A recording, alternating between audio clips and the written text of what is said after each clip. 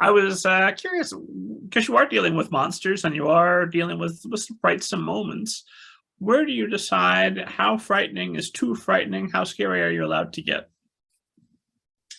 I usually push it and then I dial it back. So for this book, in some of the subsequent drafts, it got pretty dark. It got pretty awful. And that's when I dialed it back. I just rewrote those scenes and I thought, and I tried to, when I read over each draft, I after I finish a draft, I let it sit for at least a week. I try to let it sit for a month if possible, so I can read it with fresh eyes. When I do, I look at that specifically because I do have a tendency toward darkness and angst, and that's not always appropriate, not to high levels to have in middle grade fiction.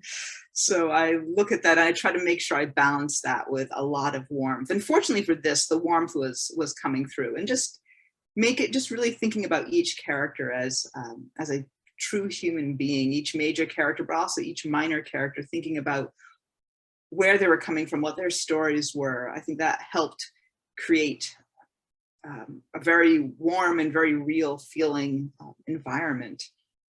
But the warmth is big. When I read the final pass pages just before this was sent out to be printed, ready to make any final tiny changes. I couldn't change any of the plot, but I read it through carefully. I read it aloud to make sure I wasn't missing any, typos.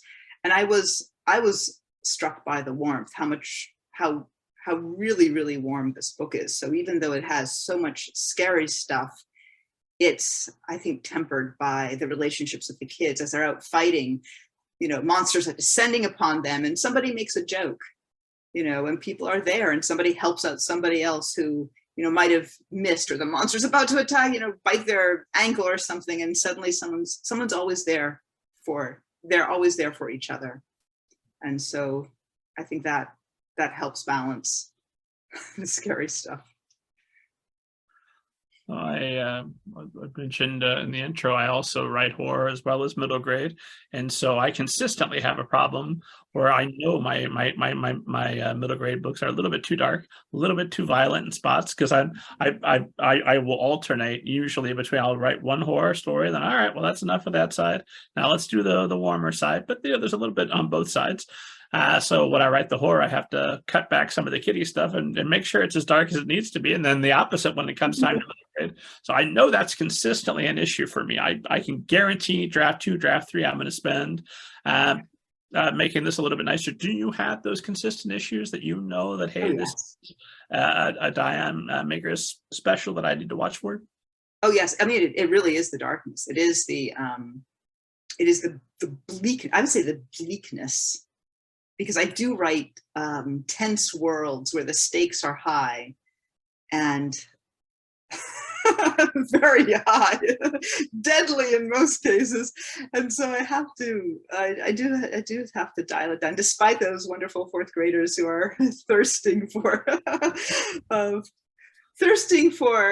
fictional violence, which I understand where they're coming from. It gives them the chance to vicariously live this, that's something kids that age often, kids that largely my readership age, are beginning to feel less powerful in their lives. They have a lot of people require things of them. They have heightening responsibilities as they get older. I mean, you think about the break between elementary school and middle school, suddenly that homework load and all of that, and suddenly you're expected to be a mini adult with your massive homework and responsibilities.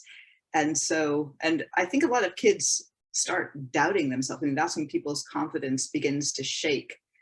And so bleakness comes naturally when I'm writing about kids at that age, but that's something I just need to work on.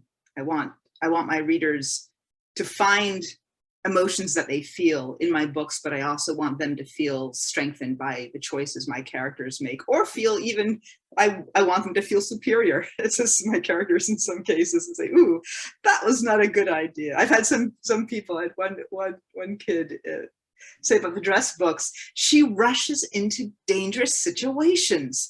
That's not safe. And I was like, no, it's not. And it makes it a really interesting novel, I think. But, you know, what would you have her do? And he's like, I wouldn't do that. I was like, good, because yes, it is dangerous. Good for you for knowing that. Good for you for being able to say, that's not a good idea. And she gets herself in all kinds of awful situations, which of course you want to do in a middle grade novel. Well, that's who you want to be and who you want to read about. Who I want to be here, nice and safe and warm with my PlayStation and my my books. Life is good. But do I want to read about me? No, that sounds really boring. Let me read about somebody who's a risk taker who's going to make bad decisions, at least for the first half of the book. Yeah.